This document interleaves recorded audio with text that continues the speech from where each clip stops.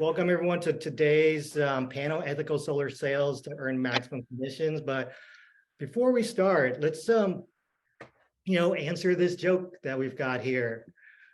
What did the photon say to the bellhop when asked if he needed help with his bags? No thanks, I'm traveling light. All right, I'm going to stop this screen share. Thanks everyone for humoring me there. Hopefully this was started off your day well. So, all right. Now, thank you everyone for coming to today's event. I'm Scott Wynn, founder and CEO of Bodhi, a software platform that helps residential solar companies deliver amazing customer experiences with ease. Now, today, what we're going to try to do today is really answer the question that one of our registrants, really succinctly posed. He asked, how can I win over a customer when they're getting other proposals with promises that are just completely untrue? So to answer that, we've got 4 heavyweights in the industry here today, and to really try to give us tips on what we can use in our solar business. And so can each of you guys just provide just a brief bio intro? So let's start with you, Greg. Good morning, Greg Fisher, Senior Director of Business Development at GoodLeap. I am entering the end of my 17th year in the solar industry. Started at the kitchen table in 2005 selling, and been on the distribution side, the contractor side, consulting, and on the finance space for the last 4 years. Awesome. Okay, how about Pants? Let's go to you. Hi, I'm Pants. I started in solar as a sales rep and became the sales manager for Pennsylvania, New Jersey, and Delaware area, and then moved on to be a national sales trainer where I developed a curriculum for solar sales consultants. And now I'm in the customer experience side, so I'm acting more as a bridge between sales and operations and trying to make the customer's journey as seamless as possible. Cool, thank you very much. And John, would you give an intro? Sure. Hi, everyone. My name is John Camarda. I'm the COO at Skyline Solar. We're a Northeast-based EPC. I've been in the industry for 12 years, 9 of them with Skyline Solar. I also started at knocking on doors, generating leads. That's how I kind of cut my teeth into the solar industry. And now I'm on the operations side. Awesome. Thanks, John. And Eddie. How's everybody doing? Eddie Hernandez. I'm the CX sales specialist here at Bodhi for the East Coast. Started my sales experience back in, I think it's 2015 as a sales manager. Did a little bit of New York, New Jersey, had experience down in South Carolina. And before coming to Bodhi, I worked in distribution as well. So I've seen a little bit of every aspect of the solar industry, and I'm excited to chat with you guys here. Oh, cool. Great. Thanks a lot, everyone. So with the audience, what we're going to do is we're actually going to post, if you want to, contact the audience at all, feel free to contact them. We're going to post their LinkedIn accounts in the chat window. And if you have any specific questions, like for the panelists, we're just typing into the Q&A box. We've actually received a lot of questions during the registration already. And so we're going to try to answer those. We're also going to take a lot of questions that come up during the conversation itself. And then second, in addition, for the second part of this panel, we're actually going to hop over to a second Zoom meeting. So for those folks who have come to a lot of these Bodhi webinars, what we'd like to do is actually give you guys the opportunity to speak directly with the panelists in their own breakout rooms. So I'll just give you more details about that when the time comes. Now, before we dive in and get these guys to give us their tips, I want to just take a quick poll from the audience and see if you can actually, if you know the answer to this question. So can we launch that poll real quick? What percentage of solar customers did not believe or were unsure if their companies were being honest about pricing? All right, I'll let you guys kind of mull on that, see what the respondents were there. Once again, what percentage of solar customers did not believe or were unsure if the companies were being honest about pricing? Amazing. This is, okay. I'll give you 10 more seconds to answer for anyone else there. Cool. All right, I'm gonna go in this poll. I mean, the results are actually Amazing. So I'm going to share the results. Okay, so poll ended. Funny thing is, you guys believed it was 60%. I mean, 60% of respondents thought that 50% of customers thought their companies were being dishonest. Pretty bad. So for those that actually chose 35%, you were correct. According to a survey done in 2020 of over with 500, I think it was over 600, maybe or 600 solar customers, 34% of solar customers did not believe or were unsure if companies were being honest about pricing. So maybe you guys are a little bit more jaded than what the customers think. The funny thing though, when I was looking at the results of this, that same survey found that 90% of the people say the solar industry itself was trustworthy. So I guess it shows that maybe we have some hope, or it just kind of just clearly shows that consumers can be pretty irrational at times. Anyways, all right, let's dive in. So I'm going to stop sharing this results here. Like I said, if you guys have any questions for the panelists, feel free to add them to the Q&A box, but we're going to dive right in and see what insights our panelists have to offer. So first, I want to just kind of set the stage. You know, the reason we even came up with this topic for this webinar was, you know, Pink Energy, Power Home. I mean, they were in the news all through the year for all the wrong reasons, and, you know, filed for bankruptcy on the Wednesday of RE+. And then last week, it was reported that Tesla was canceling a lot of orders, with some of them already in the permitting phase. And then here in Austin, Austin Energy actually has a public radio announcement on there that warns Austinites to avoid solar scams. So, you know, you take all this in.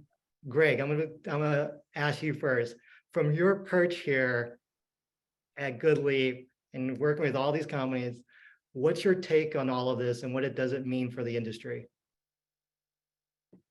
I think that the issue stems from two different areas. One is, and this has always been the case for as long as I've been in the industry, this industry thinks that the faucet is going to get turned off at some point, that the sun's not going to come up, that the panels are going to stop working, that the utilities aren't going to continue to increase rates, and, you know, the good times are going to come to an end, right? There seems to be this overwhelming sense, especially a lot of the emerging markets, that we've got to get what we can get when we can get it.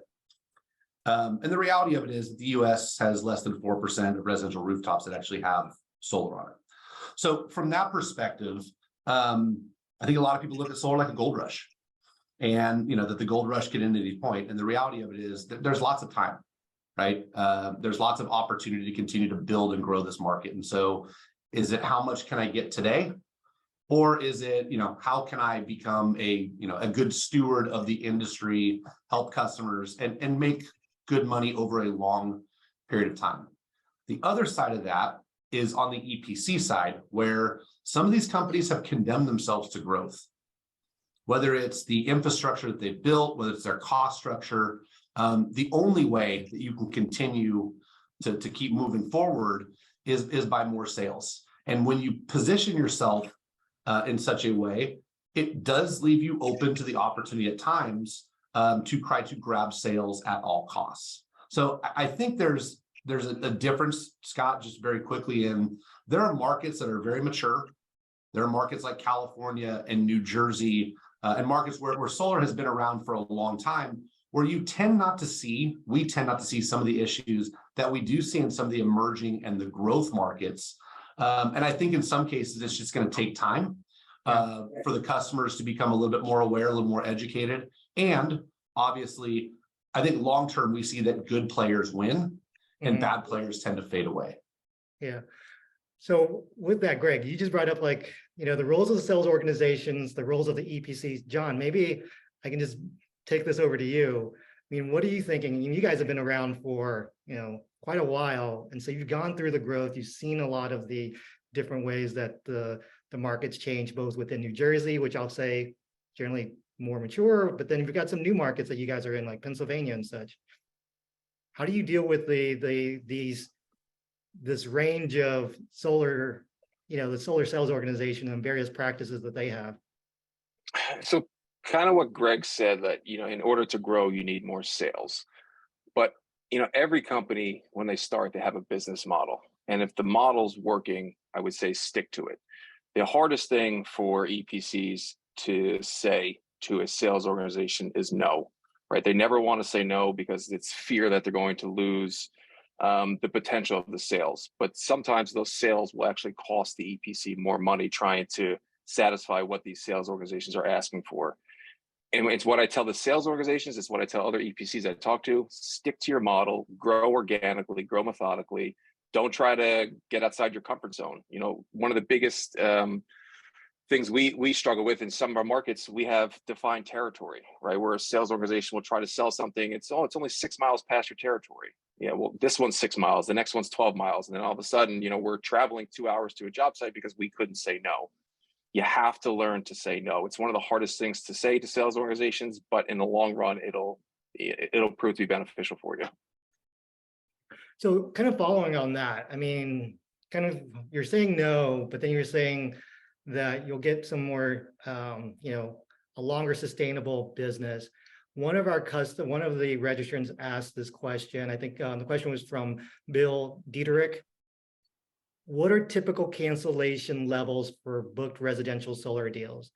You know, so John, what cancellation rates do you see as an EPC? We track 2 different metrics.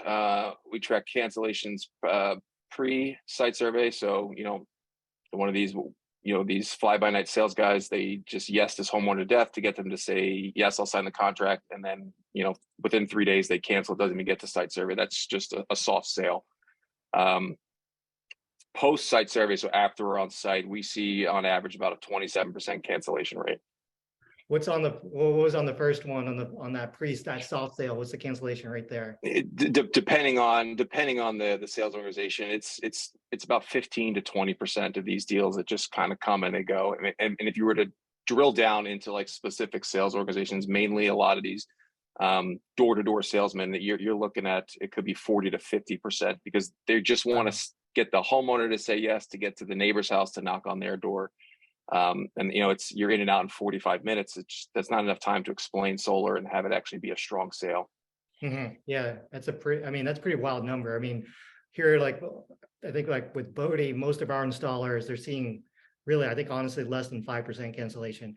Maybe Pants, can you answer that question with, you know, at CertClean, with the sales is in-house, right? I mean, I think even at your previous company Venture, you guys had a fully integrated company. Is there a difference in cancellation rates based off of that model? Definitely. Yeah, if our cancellation rate hit 5%, it would definitely be an alert. But I think Bodhi helps really well with that. And I also think having an in-house sales team that's really well versed in our operations and how things work, it definitely helps bring that number down. Okay, cool. So there's kind of a big difference between 5 to 25. So let me take this a little bit down to maybe the salesperson level now. Eddie, I know that you sold in a lot of very competitive markets. Can you tell us that story where you essentially I think you lost a deal, right? And then it turned out to be a pretty big bonanza for you? Yeah, I mean, it's, you know, I haven't always sold where I was the cheapest in cost, right? That for most of my career, I was probably one of the most expensive. So there are many times where I had really good relationship with the customer, good rapport. They liked who I was and what we had to offer, but they were strictly looking at the price, and that was their main motivation: the price, the price, the price. A lot of times I would say, listen, I can, you know, only do so much to help you, but if it's about price, I'm not the right person for you. But you know, let's connect in the, you know, after you install with whoever you decide to go with, and see if that was the best choice for yourself, right? Many times I wouldn't hear from some of those customers, but I did have, you know, times after, you know, customers reach back out to me and say, I made a mistake, you know, I should have paid a little bit more to have a better experience and better equipment. In one case, I actually had a person give me the referrals instead of the company they installed with. And to me, that was more lucrative, right? I didn't have to drop the price for those referrals. They trusted in that referral part of it. I went in there, showed them what I had to offer, and basically got a whole neighborhood out of it. So that was big for me because, yeah, I could have made some money, dropping the price and getting them to sign up that time, but I made way, my income was much better when I had the whole neighborhood, right? So How for many- me, yeah. How many deals did you get? How many referrals did you get out of it? How many closed signed deals did you get out of that one? You know what? It was pretty interesting because it was a cul-de-sac, and if I think it was like 6 or 7. And it was a pretty good one because they all wanted to go solar. It was in New Jersey, you don't get many new developments. So this area was, and I was able to get multiple people out of there. Not everybody signed up all at the same time, but throughout time, yeah, I was able to get, a bunch of them. And to me, that was great. I lived most of my career off referrals, and I love the referral sale more than anything else. Yeah. I mean, so John or Pants or, I mean, even Greg, I mean, going back to your days, door knocking and doing in the sales side, I mean, what's your thoughts around these referrals? Everybody loves a cul-de-sac, first of all. Yeah, for me, when I was doing residential sales, it was all about building rapport with the homeowner, having them trust you, and just finding something to link together with, and that just always created a strong sale. And then they trust you, they refer their neighbors, their friends. You're never going to get a referral if the homeowner doesn't believe what you're saying, which is interesting because some of these homeowners still sign up even though they feel like they don't trust the sales rep. Mm-hmm. Yeah. And so, I mean, you talked about this. You said, you can't actually explain solar in 45 minutes. And, Pants, I mean, you manage door-to-door sales folks, right? Yes. Here's a question. What were some of the worst sales practices you've seen in your career? And then I'll follow up that with a second question, which is really, how do you train those sales folks to overcome some of these issues? I think like the 15-minute close, the 15-minute appointment of just showing people the numbers, not really explaining anything, is probably one of the worst things that you can do, especially when you're on the other side of things now in customer experience, when you realize none of this has been explained to me. Our sales reps, our average appointment was probably 90 minutes. We would always say, oh, it'll only be like, 30 minutes, 45 minutes when we went in. But, when they have questions, stuff like that, they would volunteer and offer to take the time to really get all of the information that they need. So we like to explain everything from, financing to the equipment that we're using to what happens afterwards. We would even call our customer service department to show them, hey, if you ever did have a problem with solar, I'm going to show you what you would do. I'm not going to just tell you we'll be there the next day. I'm going to show you that we will be there the next day. I will call and real person will answer. So I think that helps a lot when you're in the home to prove what you're saying, to actually do what you're saying the customer can do, to show them how easy it is. And that's hands down has been the best strategy for getting the sale and also, keeping the sale. So I can understand. So that's a little bit like that's like a high pressure sale. Are there any, maybe Greg or Eddie, what are some of the numbers just not, what are some of those dubious things where salesperson is showing the numbers, and what have you guys come across as like, hey, these numbers are just incorrect, and what are those bad sales practices that sales folks should be avoiding? I mean, I think the biggest pet peeve for me, the one word I always, either my salespeople or myself, stayed away from is that it's free. Right. I think you hear that so much, even in advertising, but more when I first started than now. And even when I would go into homes and people would say, oh, my neighbor has solar and they're not paying anything. Right. Why are you showing me a payment? Right. So I think those are the things that bother me the most, is that some of these people would say it's free when it's really no money out of pocket. Right. Like, you're not putting any money out of pocket. You do have to qualify for this, but in a sense, if you feel that's free, that's for you to decide, but there's no money out of pocket, right? Or they're not making a payment. They may be thinking of their utility bill, that they are producing enough where they may not be making a payment other than basic service charge. but one way or another, you're making a payment, whether it's to the leasing company, whether it's the finance company, or maybe you just paid cash, right? So for me, I was always a person that very straightforward with these people, whether, yeah, and I want to be honest that they understood it. And I gauged, were they like a once it closed, were they ready to go right now and move forward? Or do I have to come back, reaffirm everything, and they get the project, started from there? I didn't like cancellations. So I was very clear on what the process was and get those words out of their mind at that time. Yeah, and I think it's where the finance platforms and the proposal platforms play a big role in this. Showing a homeowner that their rates are going to increase, 22% annually. That return on investment is going to be, much more advanced than reality. Not being able to show the payment accurately or the reamortization of that payment, not explaining the tax credit and that it's not a rebate, and or you should be talking to a tax advisor. This is what you could be eligible for. However, your situation may or may not be different. Those are the things that I think come up rather frequently, as far as presenting something to the homeowner that may not be accurate, and long term, and this has always been my concern in this industry. My father-in-law had a restaurant for 40 years. He said, if I gave somebody a really good steak, they tell one person, but if I serve them a bad one, they'll tell 25 or 30 people. And it's the same thing here.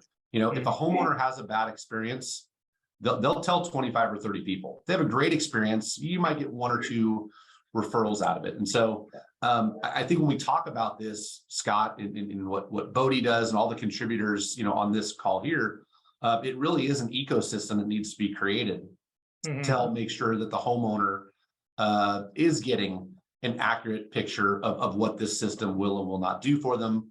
What the benefits will be, what they won't be, and then let them make an informed decision.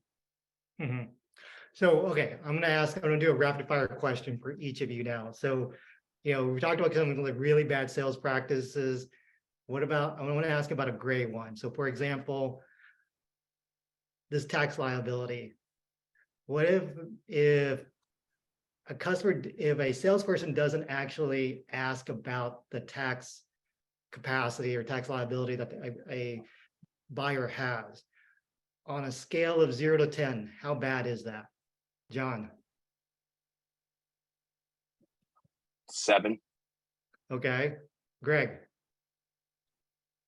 Yeah, I actually think it's more like a 3. I think if you tell that homeowner, you should talk to your accountant. Eddie? I'm gonna go Greg. I'm gonna be in the middle on there. I think it's depending on system size, right? If you're trying to sell someone a 20, 25 kilowatt system compared to a 4 or 5 kilowatt system, that's a big difference in taxable income, right? So for me, it is case by case. If it's a smaller system and they're working or the spouse is working, it's less, but it's a big system. You need to have that conversation. Well, Pants, what do you think?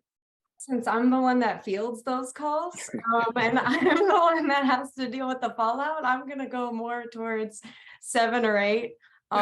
It can, 99% of the time, it's not going to be that big of a deal, but the 1% of the time that it can be a debilitating problem. And so it's just really important to make sure that person understands this is something you might qualify for. Yeah. And if you know that they won't qualify for it, you need to be transparent about that. I mean, can I jump on that too? Can I jump on that, Scott? Sorry. I think this is where understanding your customer is huge, right? Having a conversation with them, understanding their situation.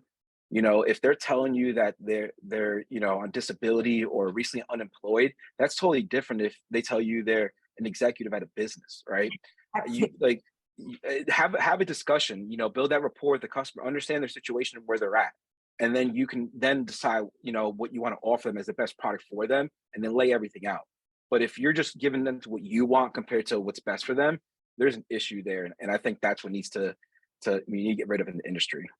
That's all right. Thanks, Eddie. All right, just a reminder for the audience out there, if you got any questions for the panelists, please put them into the Q&A, and so we will ask them. So I'm going to follow back to Pans, and then I also want to have this question to you, John.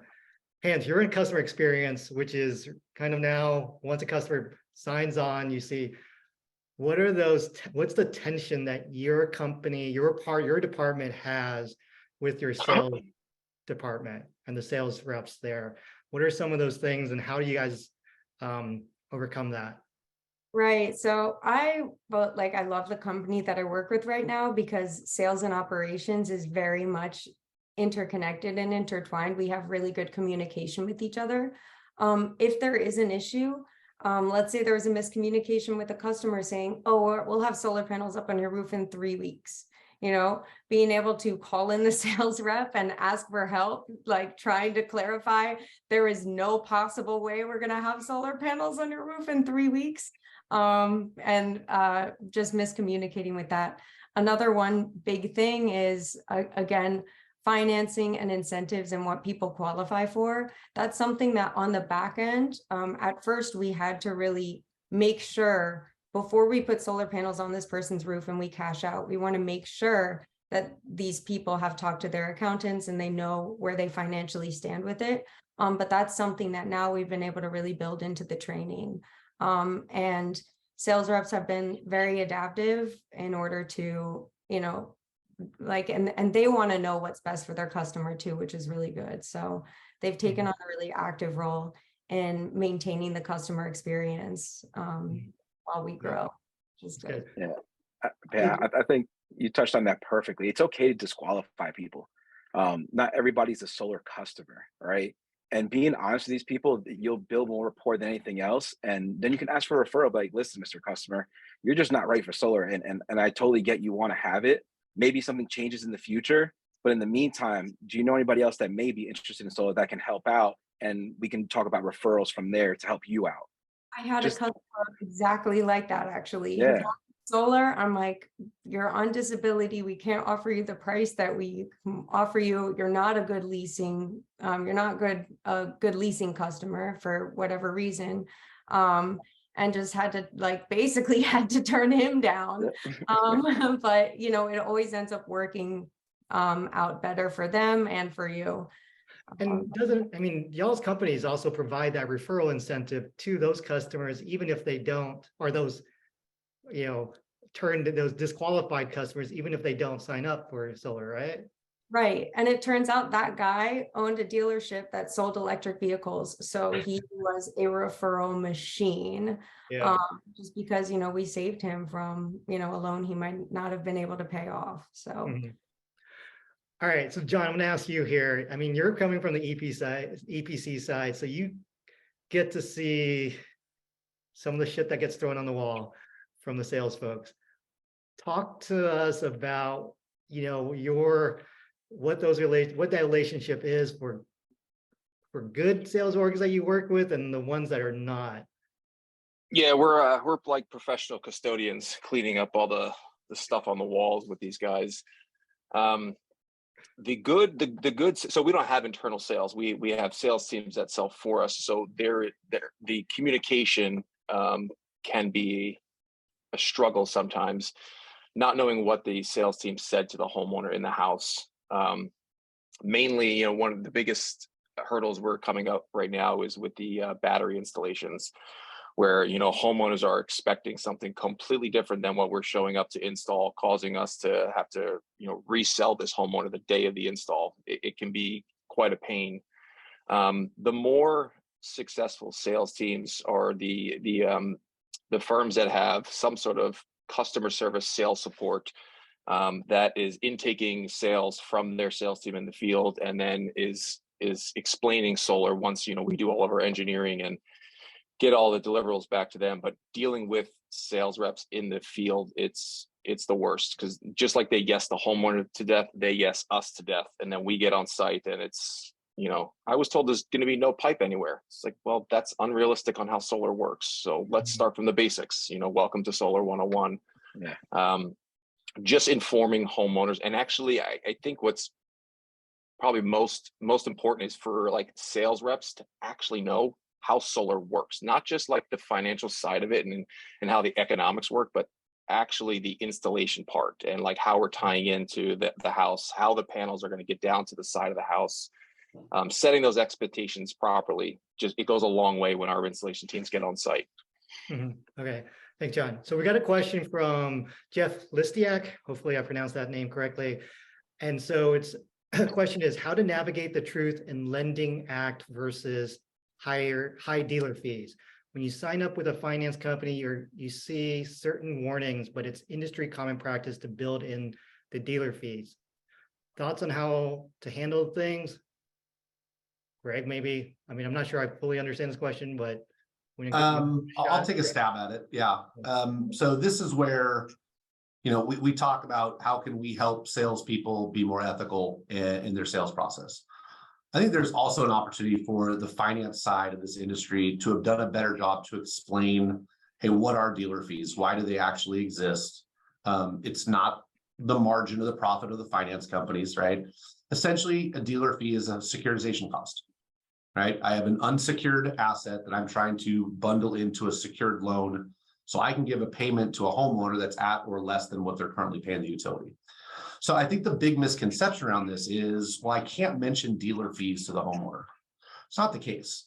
The case is, and then the compliance requirement is, you cannot charge something different for something that's finance versus cash. So if you went down the street to the car lot and said, how much is that car? And they told you $40,000. And then you said, what if I pay you cash?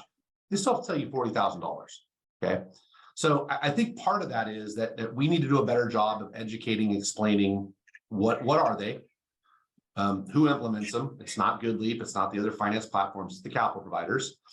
And then what and how is explained to a homeowner. But at the end of the day, it is the cost to securitize that loan in the same way that your house or your vehicle securitizes your mortgage or your auto loan, right? So I don't know if Jeff, that answers the question, so to speak, as far as, but the Truth in Lending Act, it's not about not disclosing them. It's just not, you just can't charge something different for a finance cost than a cash cost. Then the question becomes, well, what if they want to do cash?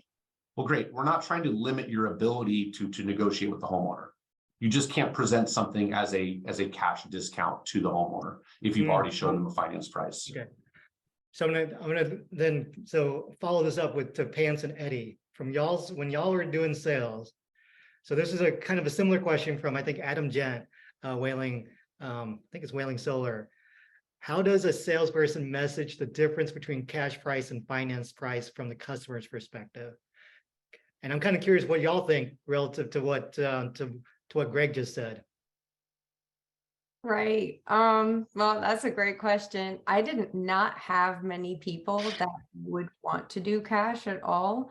But we would usually tell them it's the same price as well. We didn't even have a toggle that we could show them cash.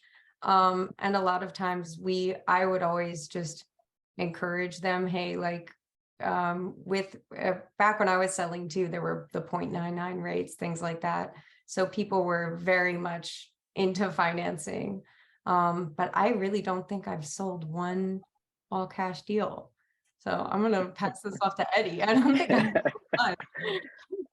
Yeah, I've sold a fair share of cash deals, especially towards the end of the year. I would say it's the rapport building and question asking, right? Finding out who's a cash customer ahead of time was a big thing for me. If I knew someone was a cash customer, I would be very honest and, give them a cash price.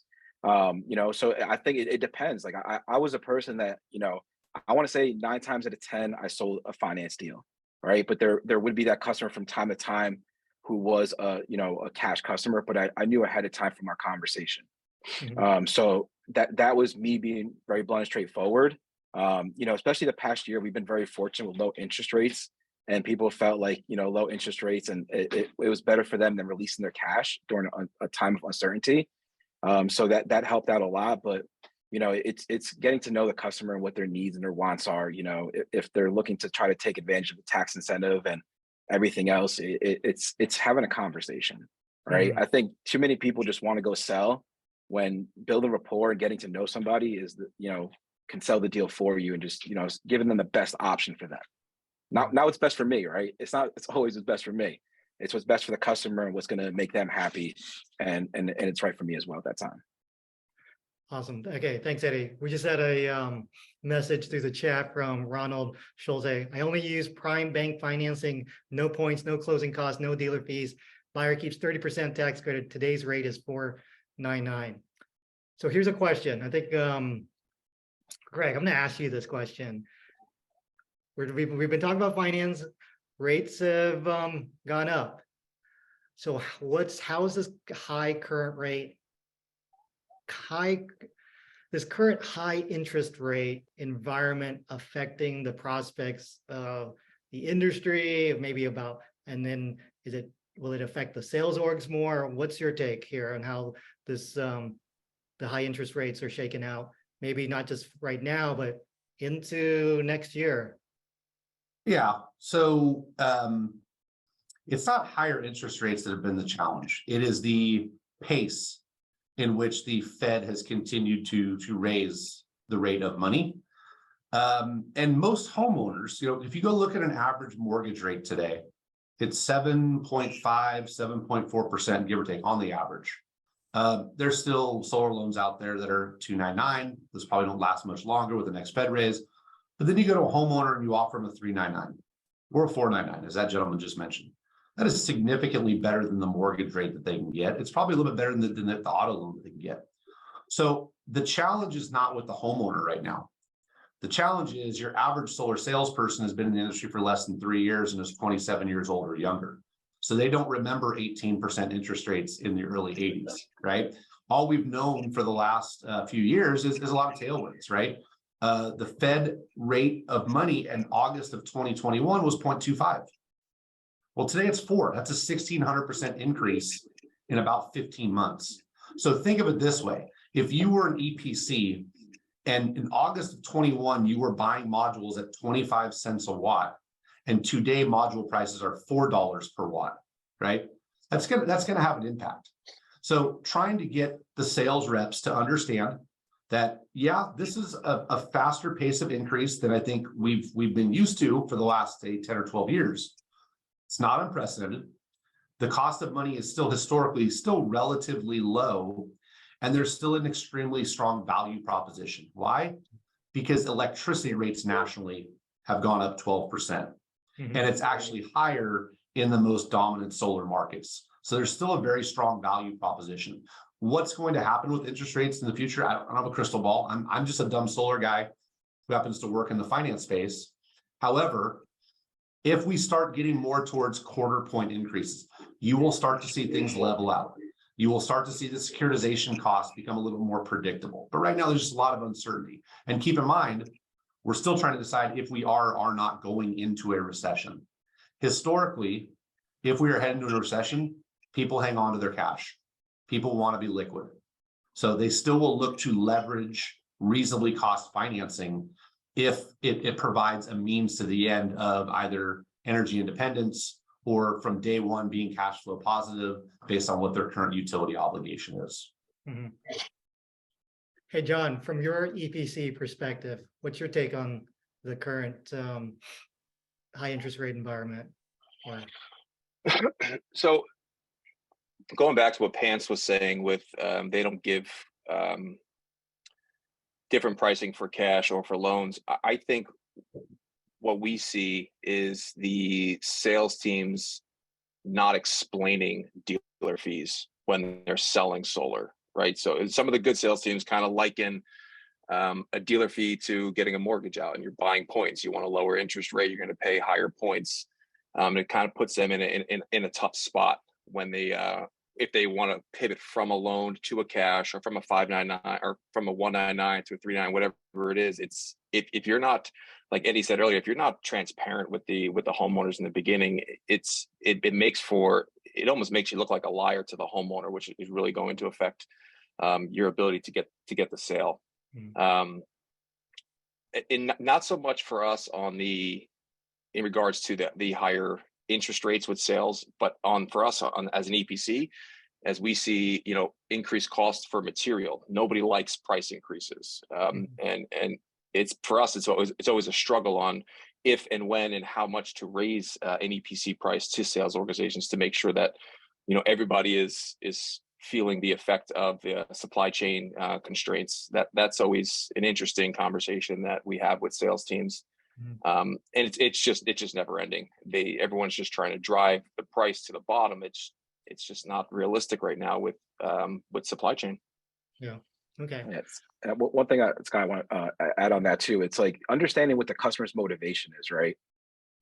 Is their motivation the cheapest payment possible or the lowest total cost, right? Like we talked about many times, this isn't about you as a salesperson. This is what the customer wants. So many times, like if that lower interest rate, the higher deal fee may give that customer the cheapest payment per month, right?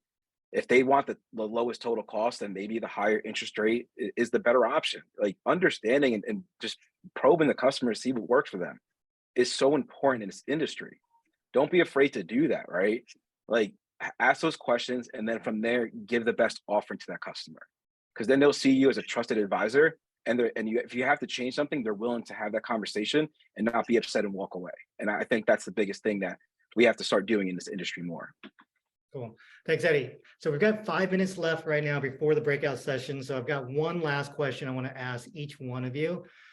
And the question is, what is one super practical, tactical thing that each person that's here listening in can go back and then try at their business? So Pants, let's start with you.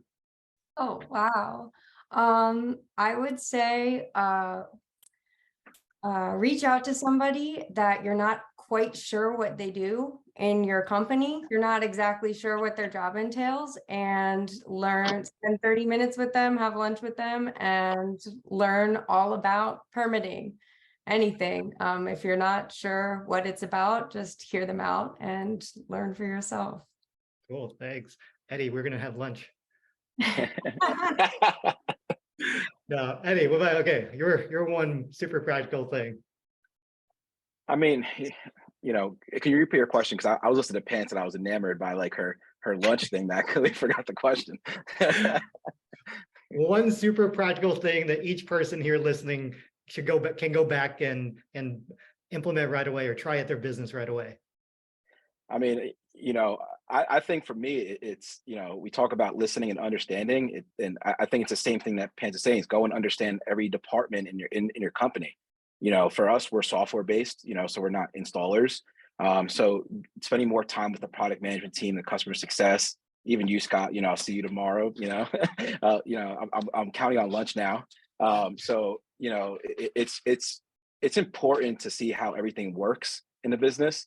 And when you're talking to someone, being able to convey how your business operates. So Pants, I'm going to steal yours too, because that's amazing.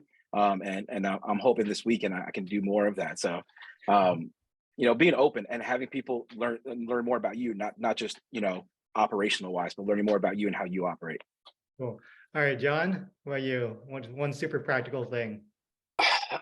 What I had said earlier, I think it's important for companies, EPCs, to learn to say no, right? Understand that word, understand that you're not going to make people happy, but you have to learn to say no. It's very hard. It's tough. We were offenders of that for the longest time. We said yes to everything, and then we found ourselves in a crunch. Just learn to say no. I'm not saying say no every time, but understand your business model, understand what you're good at, and learn to say no. Right. Hey, John, that brought me to an idea for the practical. Have these sales guys go do an installation, right? Not say not do an installation, but maybe go to an installation, see how it works, what the process is. Like that maybe helps them with the sales process more, right?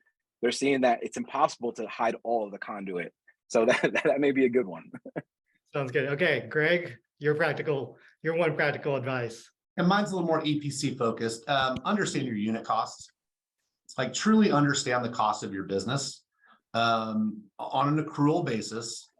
And that will give you visibility as what levers that you have to pull and you need to pull to make yourself more profitable and sustainable.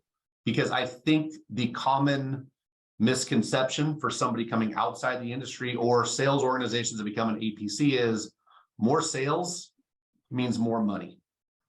And that's often not the case. And there's a lot of opportunity that contractors have to make themselves more profitable, more sustainable, and not so reliant on the module manufacturers or the distributors or, the permitting costs, right? If those come down, I can make more money. So, again, we want to create an industry of, profitable, sustainable companies that are here for the long haul, that provide great long-term service for homeowners.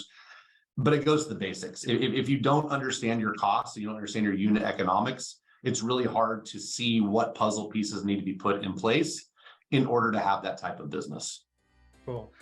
All right. Thanks, Greg. Thank you so much. This has actually been a really, really fascinating conversation.